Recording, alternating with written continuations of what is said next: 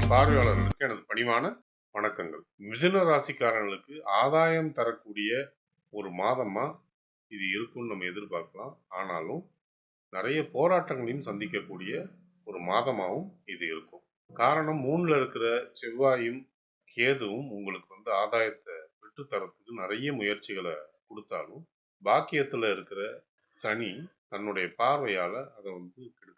அப்போ சனி செவ்வாயோடைய சமசப்தம பார்வை உங்களுடைய லாபங்களை அடிக்குது அல்லது உங்களுடைய அதிர்ஷ்டங்களை குறைக்குதுன்னு நம்ம சொல்லலாம். ஜென்ம குருவா வேற இருக்கிறதுனால உங்களுக்கு அலைச்சல் திருச்சல்கள் அதிகமாக ஏற்படும்.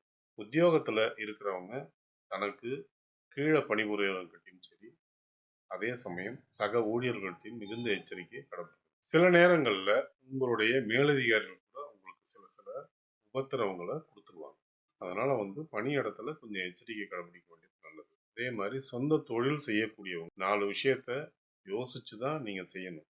இல்லைன்னா தேவையில்லாத சிக்கல்கள்ல நீங்க மாட்டிக்க முடியாது. சொந்த தொழில் செய்யக்கூடியவங்க கொஞ்சம் எச்சரிக்கை கடைபிடிக்க வேண்டிய மாதம் தான் அது. லாப குறைவு ஏற்படக்கூடிய மாதம் இதுன்றதுனால நீங்க எந்த ஒரு காரியத்தையுமே 1க்கு 100 முறை யோசிச்சு தான் செய்யணும்.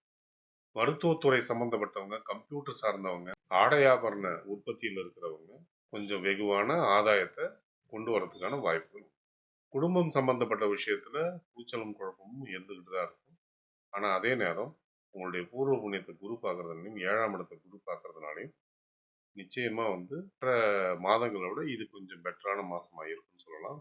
குறிப்பா ஜூலை 29க்கு மேல மகிழ்ச்சி ஏற்படக்கூடிய சந்தர்ப்பங்கள் உண்டு. உங்களுக்கு வாயு தொல்லைனாலையும் அதீத பிரஷர்னாலையும் வரக்கூடிய வியாதிகள் ஏற்படுறதுக்கான சந்தர்ப்பங்கள் உண்டு. மனைவிக்கு அல்லது கணவனுக்கு உங்களுக்கு கை கால் குடைச்சலோ அல்லது திடீர் உடல் சோர்வோ ஏற்படுறதுக்கான வாய்ப்புகள் உண்டு. தாயோடைய உடல்நிலையில கவனம் வேண்டும். அதே மாதிரி தந்தையோட உடல்நிலையிலும் கவனம் தேவை. பிள்ளைகளோட கல்வியும் ஆரோக்கியமும் மேம்பட்டு காணப்படும். முக்கிய முடிவுகளை எடுப்பதற்கு சாதகமான நாட்களை தேர்வு செய்வது மிகவும் நல்லது. உங்களுக்கு நல்ல தசாபுத்தி நடந்து கொண்டிருந்தால் பலன்கள் இருமடங்காக மாறும். சோதனையான தசாபுத்தி நடந்து கொண்டிருந்தால் பலன்கள் நடப்பதில் தடை தாமதங்கள் ஏற்படும்.